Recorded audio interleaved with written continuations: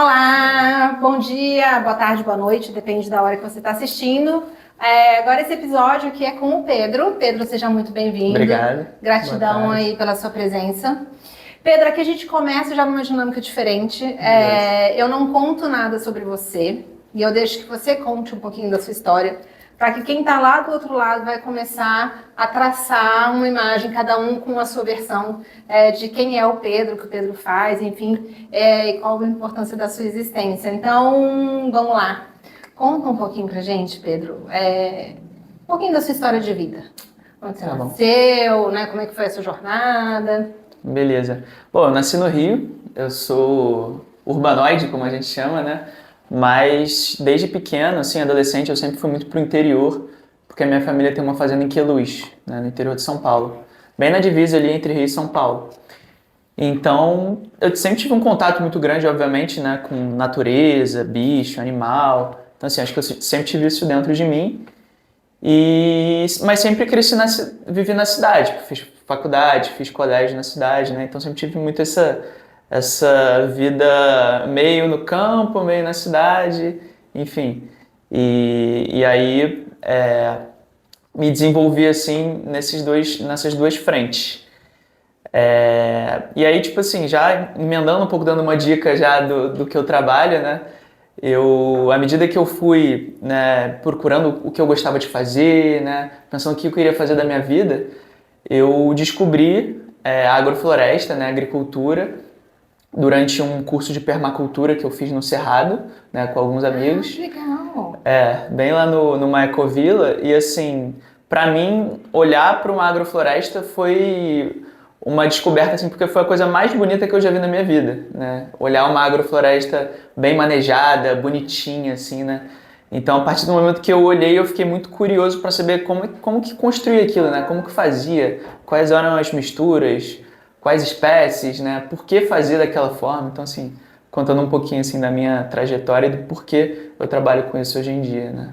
Muito bacana. Então, realmente, quando a gente descobre a existência da agrofloresta, né, a gente se pergunta primeiro por que não está sendo assim desde sempre, né? E dá uma certa paixão, assim, pela beleza que é a natureza, né? Como ela é linda, inteligente, colaborativa e abundante ao mesmo tempo. Exato. Né? Mas e aí você foi para a faculdade, você fez o quê?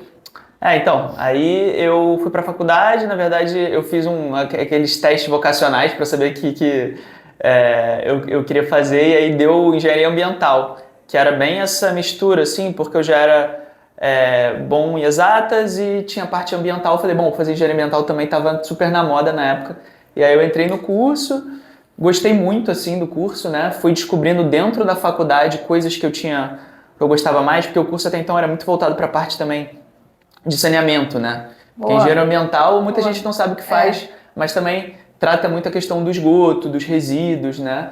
E também a parte de licenciamento ambiental eu vi que não era muito a minha praia.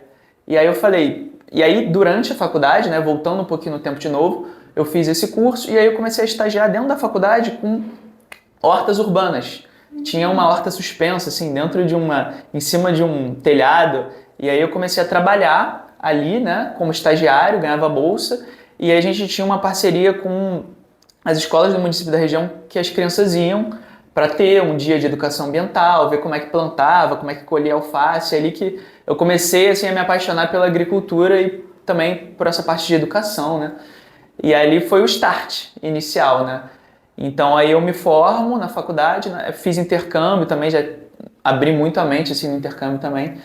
E aí eu vi que eu precisava, na verdade, quando eu saí da faculdade, que eu queria trabalhar com isso, eu precisava mais de uma especialização. Porque as pessoas que trabalham com agricultura, né, com restauração florestal, elas normalmente fazem engenharia florestal ou engenharia agronômica, né, engenharia agrônoma. Perfeito. E eu tava um pouco meio... Nenhuma das duas. Peixe fora d'água, assim, fui descobrir depois.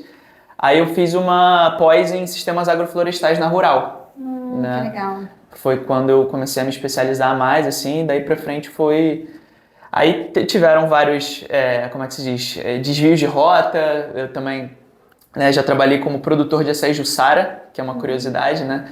Que para quem não sabe, a Jussara é o frutinho do açaí, só que é do Sudeste, nativo da Mata Atlântica. Perfeito. E aí eu trabalhei produzindo, subia na árvore, espolpava, minha companheira me ajudava e vendia a polpa, né, in natura.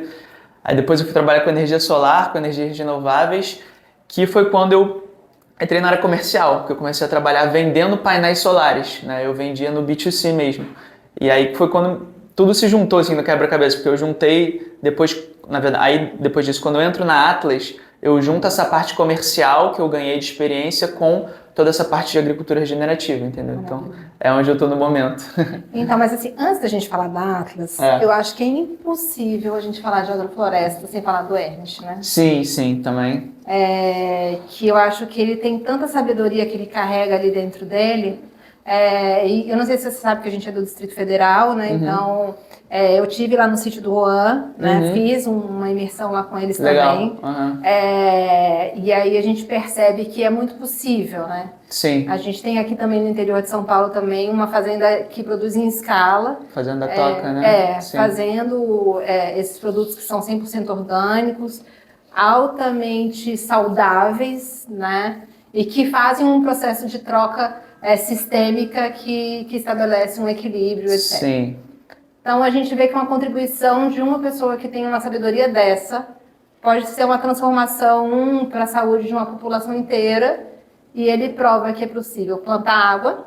Isso. Né? E é possível alimentar a população do mundo inteiro, né? E restaurar os ecossistemas, né? Você vê a imagem do sítio do Ernest quando ele chegou lá, né? Acho que é Sítio Olhos d'Água o nome, porque tinha 16 nascentes e estava completamente degradado. E depois, né, que ele fez todo o trabalho, visivelmente você vê a diferença, assim, né? Então agora vamos explicar um pouquinho o que é essa agricultura regenerativa, né? O que é essa agrofloresta. Eu queria que você explicasse um pouquinho agora para quem não sabe. Beleza. Como nosso espectador especial aqui, ele não sabe muito bem o que é agrofloresta. Claro. Então explica Bom, um pouquinho. eu vou tentar explicar de uma forma bem simples, né? Mas eu acho que antes, como você mencionou o Ernest, eu acho legal voltar um pouco atrás, porque, na verdade, esse conceito de agricultura misturada com floresta, com árvores, já era usada desde os povos originários, né? Quando os colonizadores chegaram, né? Os povos latino-americanos já faziam esse tipo de agricultura, né? Conscientemente. Então, à medida que eles interagiam com o espaço. Então, chegavam num local, né? Obviamente, aqui, pelo menos no Brasil, era praticamente tudo floresta, né? Eles iam ali, começavam a viver, derrubavam algumas árvores, plantavam mandioca, né? E tinham esse conhecimento de plantar as culturas que eles precisavam comer, né, porque a gente precisa comer, junto com a floresta em harmonia, né, que é essa questão que você comentou. Então, utilizando a própria inteligência da floresta para isso. Então, assim, o que o Ernest faz nada mais é do que resgatar esse conhecimento e sistematizar esse conhecimento, ou seja, sistematizar de uma forma que ele seja replicável e seja ensinável, né, para as pessoas. E ele traz o conhecimento biológico, químico e físico do processo, né? Então, a troca de gases, como é que acontece toda essa comunhão sistêmica, essa né? alquimia. Uma alquimia, né? Eu fico ouvindo assim, acompanhando, eu tento, mas não consigo nem pegar 10%. Eu sou muito fã do Ernest, que eu acho também importante trazer esse conhecimento para pessoas que não sabem, que na verdade assim já era um conhecimento dos povos originários. Isso. Então assim, aí também voltando um pouco mais, quando vem a questão da agricultura em larga escala, tradicional, que surgiu principalmente ali depois da Segunda Guerra, que é aquele conceito que a gente precisa alimentar o mundo todo, o mundo está crescendo, a gente precisa alimentar todo mundo e produzir alimentação em larga escala, ela no mundo todo, ela suprime esse conhecimento ancestral, porque é assim, né, a gente vai plantar em larga escala commodity, ou seja, uma espécie só em milhões de hectares. Então, para isso a gente precisa de máquinas pesadas, né? A gente precisa de um pacote tecnológico que são os agrotóxicos, né? Então, se não tiver agrotóxico, se não tiver herbicida, se não tiver formicida, não dá para plantar, enfim. Então, e os fertilizantes químicos. E os fertilizantes químicos. Porque cada vez o solo vai ficando mais pobre, então precisa adubar e precisa de colocar bastante química. Exatamente. Você cada vez precisa botar mais porque você precisa adubar, porque o solo vai ficando mais pobre. Né? Então, assim, resumindo, meio que suprime esse conhecimento tradicional, e a agrofloresta ela vem como esse resgate desse conhecimento. Então, assim, além do Ernest, tem, por exemplo, a Ana Maria Primavera, quem não souber, pesquisa, que é uma bióloga brasileira que morreu tem alguns anos, que ela fala muito sobre agroecologia, que é exatamente esse estudo do solo, né? Que é você olhar para o solo e entender todos os micro-organismos que vivem ali e, a partir desse estudo do solo, você conseguir criar esses novos sistemas agroalimentares, né? Então, resumindo, o que é agrofloresta também, para não ficar muito complexo, né? É o consórcio de espécies agrícolas, ou seja, o que a gente come de ciclo curto e de ciclo longo, né? Ou seja, ciclo curto a gente fala legumes, verduras que a gente come praticamente todo dia, ciclo mais longo aí tem o próprio açaí, né? Palmito e tal, com árvores, né? Que é o que a agricultura tradicional não faz, ela planta uma espécie só. Então, se você vê uma monocultura de soja, é como se fosse um campo de futebol, né? Tudo igual. Ela vai, derruba todas as árvores, nada, não deixa nenhuma. Por quê? Porque é mais fácil você sistematizar algo que é monocultural, homogêneo, né? Então ela suprime todo tipo de árvore. Então a agrofloresta não, ela traz isso. Então dá para você fazer agricultura com árvore, por quê? Porque a árvore traz umidade, ela traz adubo, ela traz madeira, né? Enfim, e ela proporciona sombra para as outras espécies, que nada mais é assim do que mimetizar os sistemas naturais, que é o que você falou da inteligência. Se você olha para uma floresta, né? Você tem ali um cacau no andar de baixo, você tem uma árvore maior, um jequitibá no andar de cima, você tem o que os animais comem ali no extrato rasteiro. Então, assim, é simplesmente mimetizar o que já existe na floresta, né? Para um sistema, para uma unidade de produção, né? Que vai nos atender. E aí, quando a gente fala que vai nos atender, o Ernest fala muito disso também, que é a questão do impulso interno, que é a fome. Então você vai fazer agrofloresta porque você sente fome, né? Que é o que a gente precisa de alimento, né? Então já entrando um pouco agora na questão do Ernest. O Ernest, ele é um suíço, né? Que veio da Suíça, obviamente. Então ele já lá ele trabalhava com genética. E aí ele quando vem para o Brasil, acho que em 1980, né? Ele vê que realmente assim eu acho que ele viaja muito a América, então ele veio para o Brasil, aí ele vai para a América Central, então ele vê realmente que acho que ele veio migrando, né? Eu ouvi isso, que ele veio migrando, e aí ele veio descendo, quando ele chegou na Bahia, que ele viu aquele lugar lá, ele se apaixonou. Ele se apaixonou, aqui, exatamente. E aí, continuando, ele sistematiza o conhecimento que ele tinha de genética com essa questão da agricultura tropical, porque ele adapta isso. Acho que essa é a grande sacada, ele adapta para a realidade tropical, porque a realidade da Europa é outra, né? Lá eles têm 6 meses que eles não conseguem plantar nada, enfim, por causa do gelo. Então ele sistematiza esse conhecimento, resgata e aí realmente que ele começa a ser mais escalável. Então ele faz curso, ele passa esse conhecimento para outras pessoas, tem vários discípulos, né? O próprio Juan. Então acho que esse é o grande trunfo do Ernest, realmente sistematizar esse conhecimento e colocar em caixinhas, né? Legal.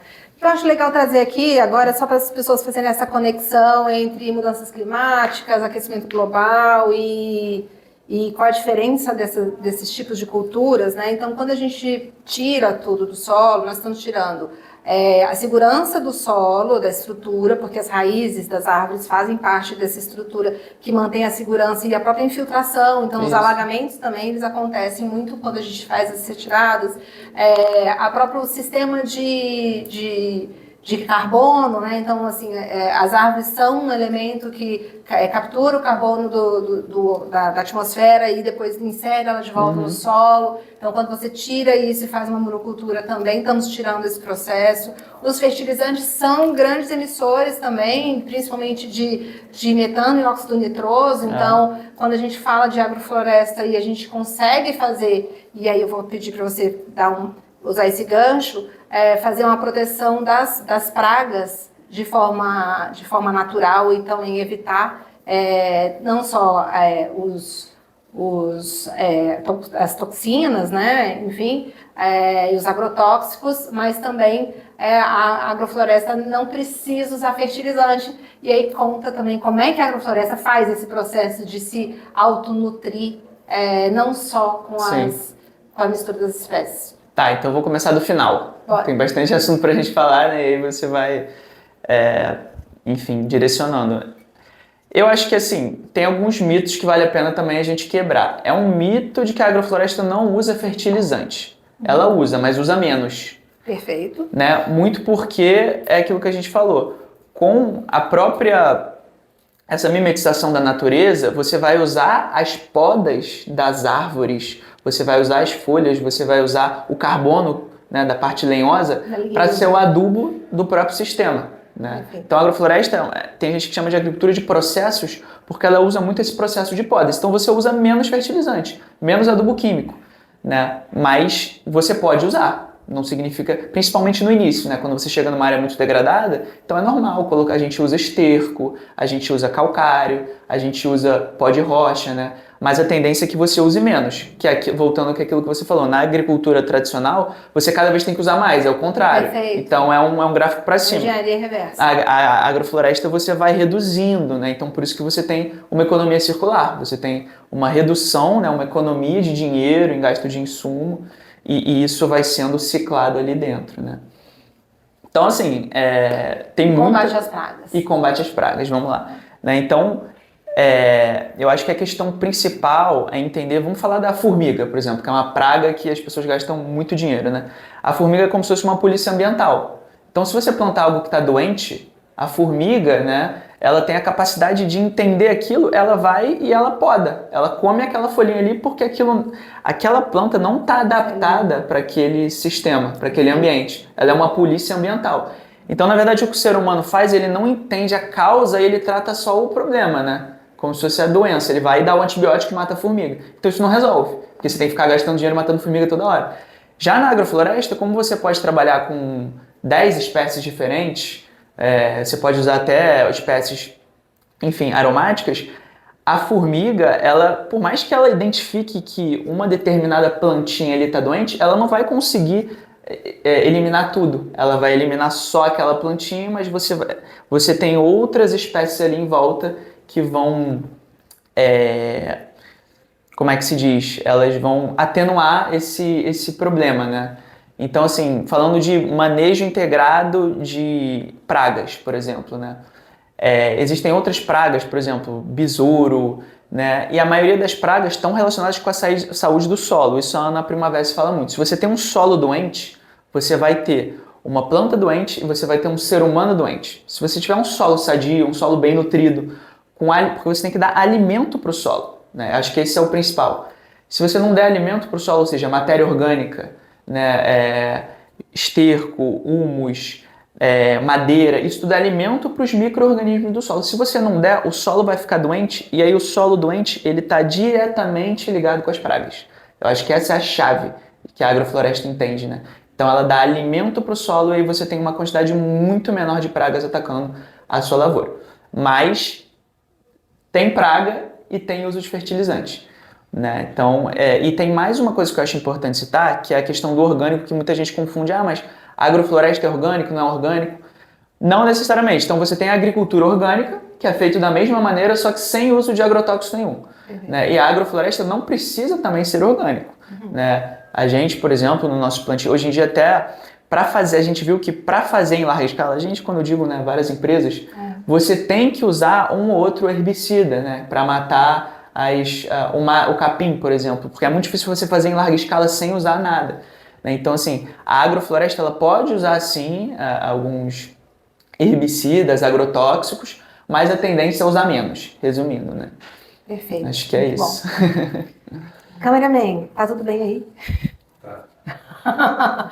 Bom, eu acho que agora era legal a gente realmente falar um pouco da Atlas, né? Então, Sim. você falar o que vocês estão fazendo, né? Qual é o propósito de vocês, enfim, como é que vocês contribuem aí para reverter essa realidade de mudanças climáticas com o trabalho de vocês e restauração, né? Regeneração da nossa natureza. Sim.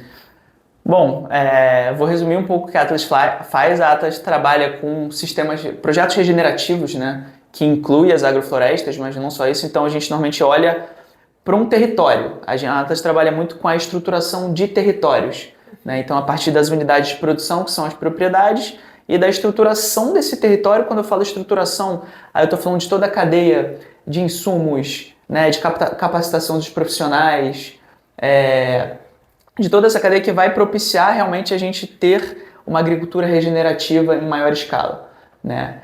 Então a gente trabalha com todas as etapas, desde a prospecção de proprietários rurais, ou seja, desde bater na porta lá de cada proprietário rural, fazer o diagnóstico da propriedade, fazer análise de viabilidade econômica, né? E juntar tudo isso num mosaico de paisagens que aí sim são os projetos que a gente vende para as empresas, né? Então a Atlas vende projetos para as empresas voltados para impacto. São empresas que querem investir em impacto, relacionado a crédito de carbono, né? Então a gente faz, a gente brinca até também que a gente faz um trabalho Robin Hood, né? Que é tirar pedir dinheiro das grandes empresas, das grandes corporações que querem investir em impacto, mas querem ter um retorno também desse ativo ambiental, tanto para comunicar, tanto para fazer o off-take das operações, no caso do carbono, Perfeito. E a gente transfere esse dinheiro para os pequenos e médios proprietários rurais, que é quem está precisando e quem está querendo investir em restauração, né? E aí, só para terminar, aliado a essa parte de conexão, a gente também faz o plantio, ou seja, a gente vai para campo e planta e faz a manutenção, né? Perfeito. Toda vez que eu entrevisto alguém, né, eu começo a desenhar aqui oportunidades e tenho vários insights. E aí um bem interessante, porque hoje está todo mundo trabalhando muito no Scope 3, as grandes corpos elas começaram a entrar no Scope 3 do GHG, mas também muito olhando para a sua cadeia de fornecedores. Então um baita projeto também por exemplo, uma grande rede contratar vocês para fazer essa transformação na cadeia deles de fornecedores, né? Sim. Não, sim. Aí, além de ter projeto de mitigação de emissões ou crédito Sim. de carbono e de impacto, Sim. Ainda tem a governança sobre toda a cadeia de suprimentos. Principalmente os suprimentos que vêm de commodities, né? Por exemplo. Então a gente fala muito do café, a gente fala muito do algodão, por exemplo, né? Tem o exemplo da soja, né? Então, normalmente são commodities que são muito concentradas em poucos fornecedores, né? Que emitem muito carbono e assim, causam um impacto negativo. Então, a gente, como você falou, a gente pode atuar diretamente nessa cadeia de fornecimento para uma grande empresa, tornando ela, né, menos danosa e, obviamente, com uma governança que vai possibilitar aí um impacto positivo. Então, o muito bacana disso é que, na verdade, eu sempre falo que às vezes é o mesmo dinheiro. Né? Você vai investir em projetos de manutenção de floresta, por exemplo, mas tem aquele que é só para garantir que manutenção de floresta conservação, mas muito mais na área de vigilância. Né? Agora, quando você investe numa conservação que, na verdade, tem um processo produtivo por trás e você está gerando impacto social e econômico na comunidade que vai cuidar muito da floresta, é um outro valor. Né? É o mesmo dinheiro que gera muito mais impacto, muito mais produtivo do que você só simplesmente garantir que tem uma segurança que a floresta vai ficar em pé. Né? E eu falo isso também para quando você vai fazer compras, né? Eu sou super fã do café Apuí, né? Eu dou de presente, eu compro para mim, eu já compro um monte. E aí não é só sobre aquele café, né? Então, assim, é o mesmo preço do café Apuí. Sobretudo até o café que você pega na prateleira, né? Exatamente. Sobre tudo que vem antes. Se você olhar na prateleira, os preços do premium de uma grande marca e do Apuí é o mesmo preço. Só que tem muito mais valor embutido por trás daquele lá, é um processo agroflorestal, que está fazendo esse trabalho, está mantendo a floresta em pé, está gerando impacto social, né, e está garantindo essa floresta viva e produtiva, do que um café que ele só foi produzido... de uma maneira diferente, uma torra diferente, né? Total. E faz parte, acho que, de uma conscientização também e... de uma conscientização da sociedade para dar valor, realmente. Porque, claro, nem todo mundo pode pagar por um produto premium. Então, assim, aí eu acho que também vale a pena citar. A agrofloresta, do jeito que ela é feita hoje em dia, os sistemas generativos, os produtos vão ser um pouco mais caros, os orgânicos, né? Não precisam ser muito mais caros, mas vão ser um pouquinho. E aí tem que entender por quê, que é isso que você está falando. É um sistema de produção que ainda não está totalmente desenvolvido, é uma mão de obra que acaba sendo mais especializada, por isso que é mais cara. É o café que vem da Amazônia, lá do Apuí, foi o município que teve a maior taxa de desmatamento, né? Então isso vai refletir no valor final do produto. Então passa por uma conscientização das pessoas de pagar um pouquinho a mais por esses produtos, né? E aí valorizar essa cadeia, enfim, porque senão realmente fica difícil competir no preço final, né? Mas aí é muito legal você entender que ao invés de ser um dinheiro de doação, né? Você, eu vou doar para aquela comunidade que ela não doação. Não, você está criando uma forma, um vínculo e uma forma dele ser sustentável. Exato. Né? Então, na verdade, é quase que uma colaboração e uma chancela de que eu acredito no seu trabalho. Exato. E eu quero que você amplie, que cresça, etc. Né? Então, eu acho super importante a gente trazer essa luz, né? Colocar o holofote sobre esse processo, porque às vezes as pessoas não entendem muito bem a diferença e só fala que é caro. Exatamente. No final das contas, se for falar do risco climático, o custo ambiental das inundações que estão tendo, se for falar quanto que a conta do outro aumentou por causa do ar-condicionado, por causa das ondas de calor, foi barato. Porque eu acho que isso que você está falando, né, aí já relacionado com mudanças climáticas, você falou do risco climático. A grande questão da maioria dos produtos e das empresas é que as externalidades, né, que a gente chama de externalidades negativas de poluição das empresas, não está precificado no produto. Exatamente. Por isso que a gente chegou nesse ponto. Né? E imagina se tivesse uma taxação, vou usar o exemplo da Coca-Cola, acho que porque é bem emblemático. Então, assim, um valor a mais no produto pela quantidade de plástico que é gerado. Né? Esse produto seria mais caro. Então, teoricamente, desestimularia a compra, né? Então, na verdade, a externalidade negativa ela não está precificada no produto. O consumo de água. O consumo de água, exatamente. A poluição, às vezes o trabalho, né? Das relações de trabalho. Então, como não está precificado, a gente chegou nesse ponto porque acaba que é muito barato, né? E aí, pelo contrário, esses produtos, vamos colocar produtos com alto valor agregado, produtos que são produzidos pela agricultura familiar, é o contrário, né? Você tem a precificação maior por conta de toda essa diferença na produção. Então, eu acho que isso está diretamente relacionado com mudanças climáticas. Com certeza, com certeza. Diretamente relacionado com mudanças climáticas. E aí a gente pode falar, de carbono, né? Acho que essa questão da conservação, por exemplo. A gente pode conservar tudo que a gente tem no planeta Terra de florestas, mas não é o suficiente. Então, já se sabe, né, pelos estudos científicos, que a gente tem que ter desmatamento zero, principalmente na Amazônia, mas a gente tem que regenerar. Então, assim, para estancar a sangria, tem que ter zero desmatamento, mas não adianta ter zero desmatamento, porque as florestas já chegaram, inclusive, num ponto de não retorno, que é se a gente não fizer nada, elas vão virar deserto. Né? Então, a gente tem que regenerar, que é o caminho contrário. Ao mesmo tempo que a gente conserva, né, a gente regenera as áreas degradadas, que aí é o trabalho da ata de restauração.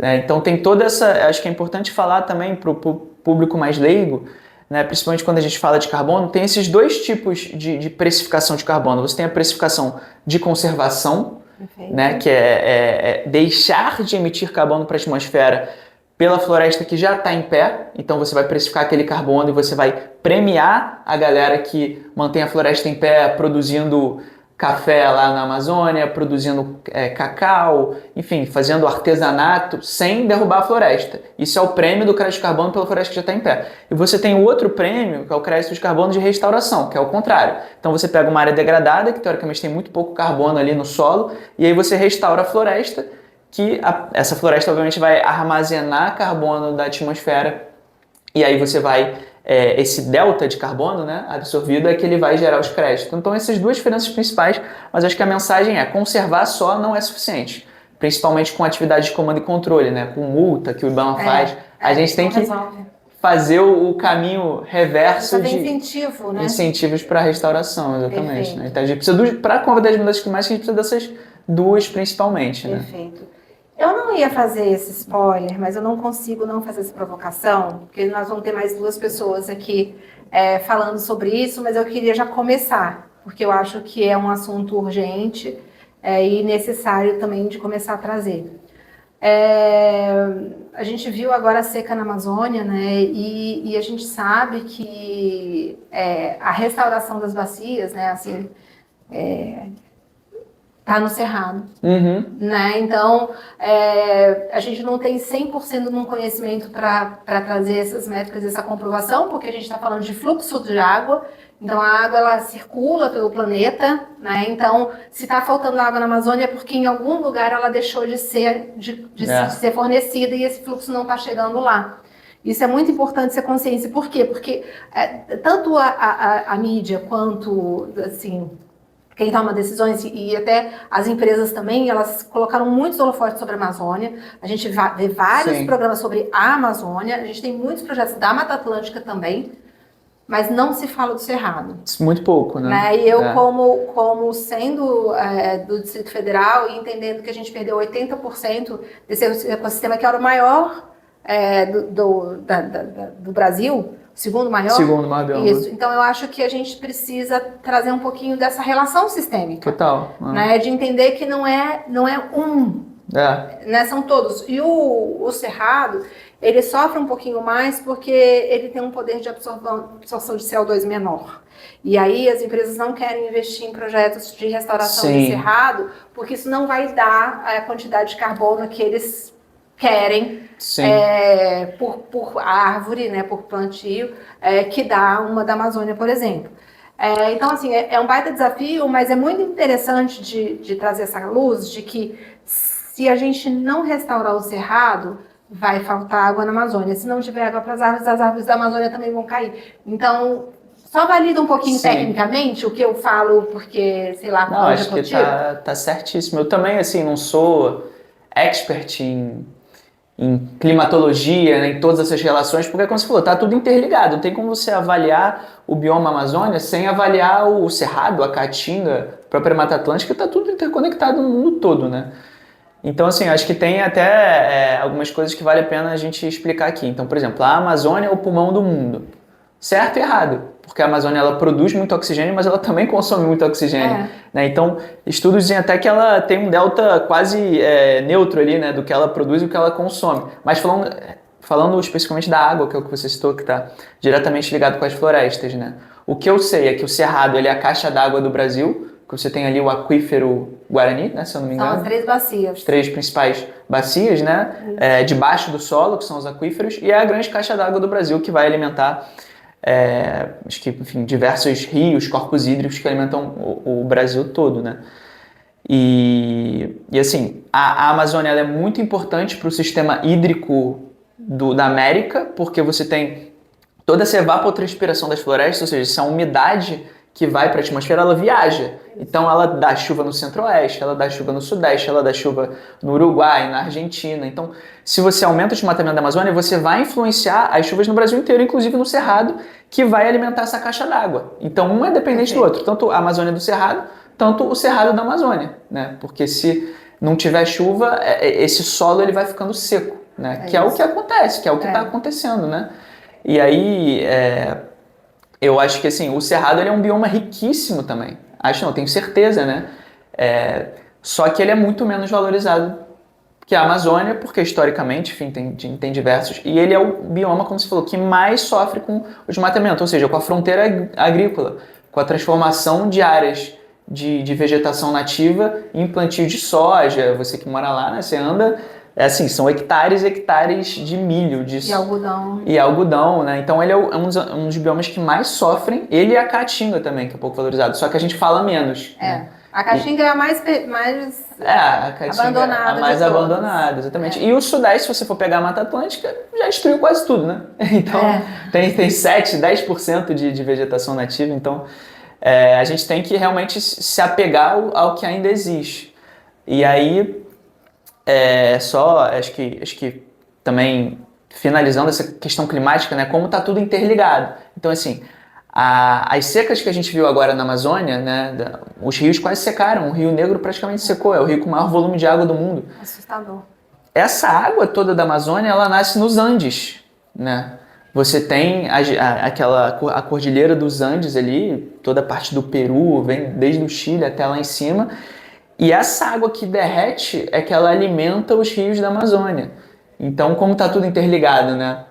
A água dos Andes, que vem desse sistema climático global que alimenta os rios da Amazônia, também tem influência nessa seca. Então, realmente, assim, acho que está tudo interligado, é sistêmico. É que nem água, não tem como a gente avaliar realmente um ponto.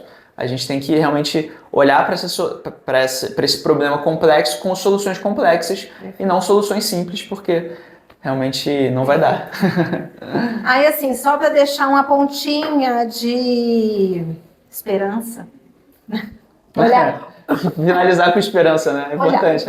No copo meio cheio, meio cheio, né? Com oportunidade do copo meio vazio. Gasguei, gente.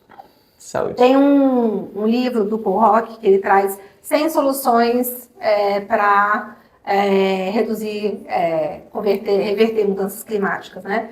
E aí ele traz lá em um dos capítulos a parte de terras abandonadas. Uhum. Então nós temos 350 milhões a 450 milhões de hectares de terras abandonadas no planeta. Sim. Então, gente, tem tudo isso para regenerar. Tudo isso, Tem tudo isso para regenerar e a gente tem uma população vamos chegar em 9 bilhões em 2030, mais ou menos? Acho que sim, né? Já passou de 8, né? 9 trilhões, né? Bilhões. Bilhões de pessoas, é isso. E aí, então, ou seja, a gente também tem um monte de gente para plantar.